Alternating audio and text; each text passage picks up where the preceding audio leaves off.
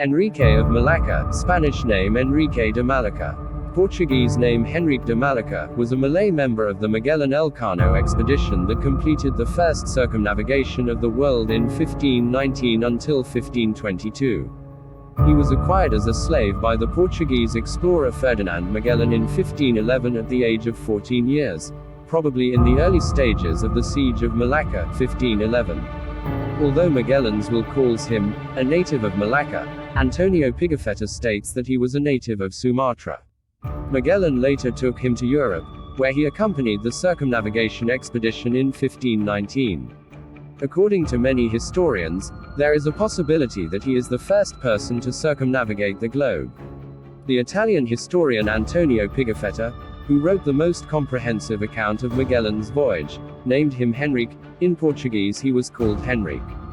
This name appears in Pigafetta's account, in Magellan's last will, and in official documents of the Casa de Contratación de las Indias of the Magellan expedition to the Philippines. Eyewitness documents of Antonio Pigafetta, Ginés de Mafra, the Genoese pilot, Antonio de Herrera y Tordesillas, Juan Sebastián Elcano, and Bartolomé de las Casas, and secondary sources such as João de Barros and Francisco López de Gomara, refer to him as a slave. In Malaysia, he is popularly known as Pang Lima Awang, a name given by a historical novel author, Harun Aminurrashid, in his same novel titled Pang Lima Awang, which was written in 1957 and first published in 1958 by Pustaka Melayu, under brand Buku Punggit. According to the author, he gave Enrique the Malay name Awang to match his presumed ethnicity, while the title Panglima refers to Enrique's wisdom, strength and activeness.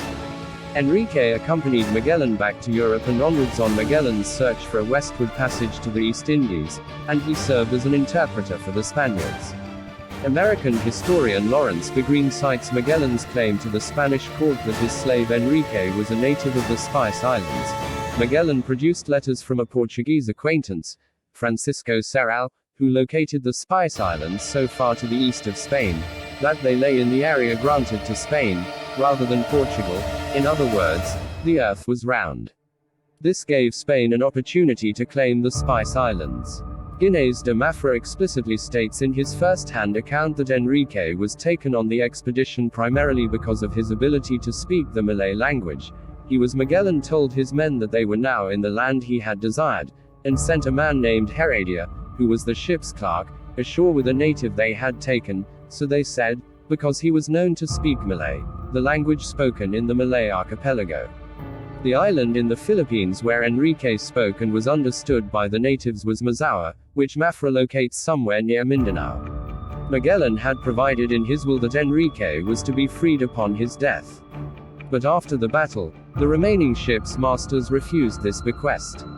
The Genoese pilot of the Magellan expedition wrongly stated in his eyewitness account that the Spaniards had no interpreter when they returned to Cebu, because Enrique had died on Mactan along with Magellan during the Battle of Mactan in 1521. However, Enrique was very much alive on the 1st of May 1521, and attended a feast given by Raja Humaban to the Spaniards.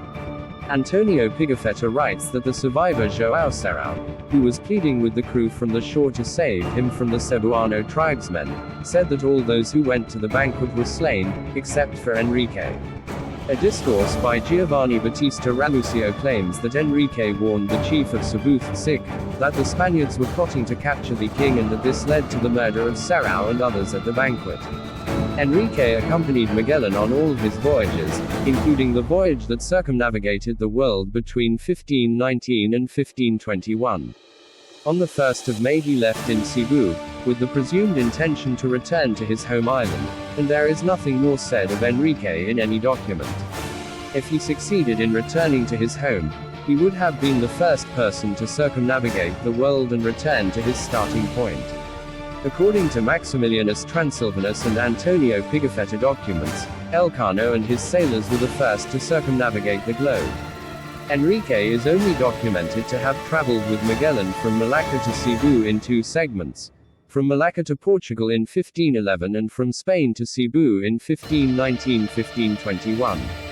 The distance between Cebu and Malacca is 2,500 kilometers, approximately 20 degrees of longitude, which is left to complete the circumnavigation. It is not known if he ever had a chance to complete it. In his last will, Magellan describes Enrique as a mulatto and native of Malacca, part of modern Malaysia today. Pigafetta described him as coming from Sumatra in modern-day Indonesia, located just across the Strait of Malacca. Either way, Enrique is generally accepted to have been an ethnic Malay. However, it has been asserted by Filipino historian Carlos Quirino that Enrique was himself a Visayan Filipino, a Cebuano or native of Cebu in the Philippines, on the mistaken assumption that Enrique must have conversed with the Cebuanos in their Cebuano language instead of the Malay language as attested by primary sources. The Malay language was the lingua franca of the region.